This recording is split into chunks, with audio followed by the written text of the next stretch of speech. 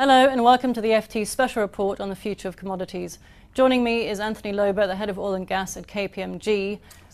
Big oil has been in the papers as never before in the past few months on the back of the BP oil spill in the Gulf of Mexico. What are the ramifications, do you think, for the industry of the spill? I think the industry as a whole is looking at the regulatory implications, and clearly the cost of deep water drilling is going to become more expensive. So the first, I think, difference is going to be people are going to think very carefully around deep water drilling in the Gulf of Mexico and deep water Brazil. And those areas are going to favour people with big balance sheets and the ability to have or pay for the liabilities that may occur for deep water drilling. Right. Do you think, just on the back of that big oil is a busted model? Yes, you need to be big in order to pay for these sorts of risks. But on the stock market, the majors haven't performed that well. Total shareholder returns aren't very high. Production growth hasn't been very good over the past 5 years. Is big oil a busted model? No, I don't think it's a busted model. And the reasons I don't think it's a busted model is because the international oil companies still have an important role to play. They will have to look for new ways for making money, and it'll be around technological advances like the Exxon XTO deal in Canada, where they'll look at the ability to take shale gas and different technologies for to drive their revenues forward. I still think they'll have to compete with the national oil companies who will have a very strong position around their own reserves in their own domestic boundaries. I guess the big problem for big oil is the fact that their production growth hasn't been stellar over the past 5 years. I think none of the major 5 companies have actually shown any really good growth. Is that the problem? I mean, they need to go to deeper and deeper areas like the deep waters of the Gulf of Mexico in order to get their oil. They're more expensive, they're more costly, the risks are higher.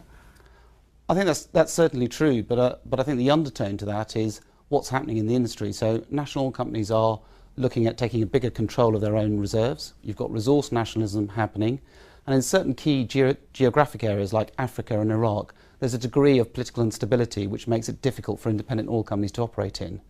Also, the nature of the contracts that independent oil companies are being offered has changed.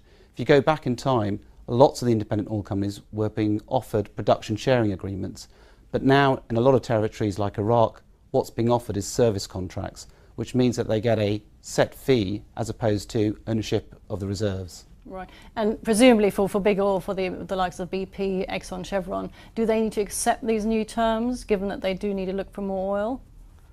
I think clearly if you look at Iraq as an example, they've clearly accepted them because the size of the prize is so great. So all of the majors are looking to get into there. But I think in certain territories like Africa, where the independent oil brings technological skills, which is what's at their forefront, plus project management skills, then I think they're looking for production sharing agreements where they have ownership of those reserves. So I think you have to look at it on a territory by territory basis. Well, what about, just to go back to BP again and the performance of the majors on the stock market. Some of the investors in BP and also more generally have argued that BP should split itself into 2 types of stocks, an upstream stock, so exploration, and a downstream stock, refining and marketing. Is that viable at all? I mean, what are the sort of pros and cons of doing that?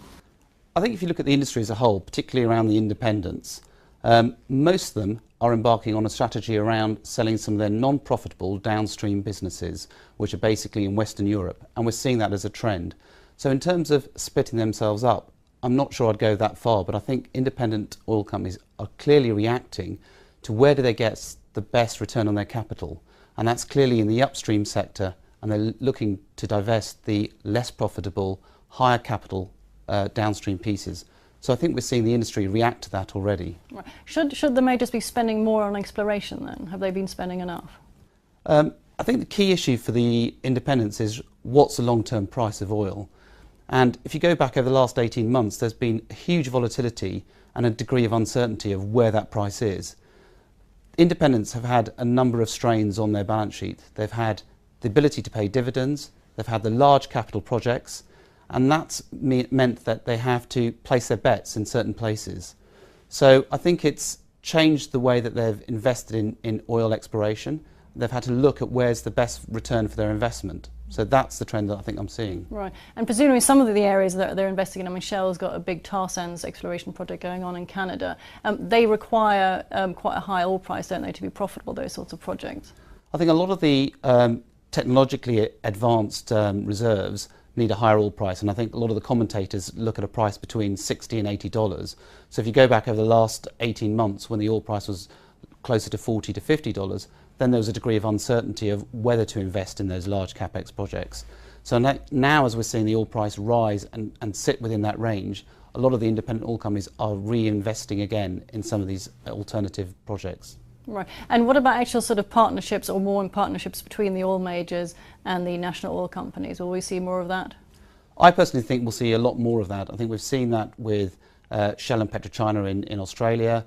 I think we'll continue to see the national oil companies team up with the independents where they have the technological skills and have been in certain countries for a long period of time and therefore understand both the political risk and know how to operate. So I think that's a trend that we'll only see continue. But underneath that, I think you also need to look at the service companies, the likes of Schlumberger, Halliburton, who have been partnering with the national oil companies quite a lot over the last decade. And I think that's a trend that will continue to see over the next 5 or 6 years. Well, what about alternative forms of energy? I mean, renewables, green energy, nuclear, is that a possibility for any of the oil majors, or is that really out of the question? I think it's constantly an area of debate. I think one of the areas that I see as a key driver or a key issue as an alternative energy is around the nuclear debate, particularly in the UK and in Europe.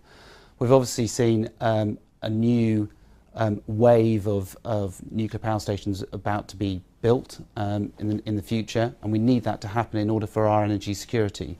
So I think nuclear is clearly going to be part of that debate. In terms of alternative energy, I think wind and tidal will continue to be on the debate for the next few years.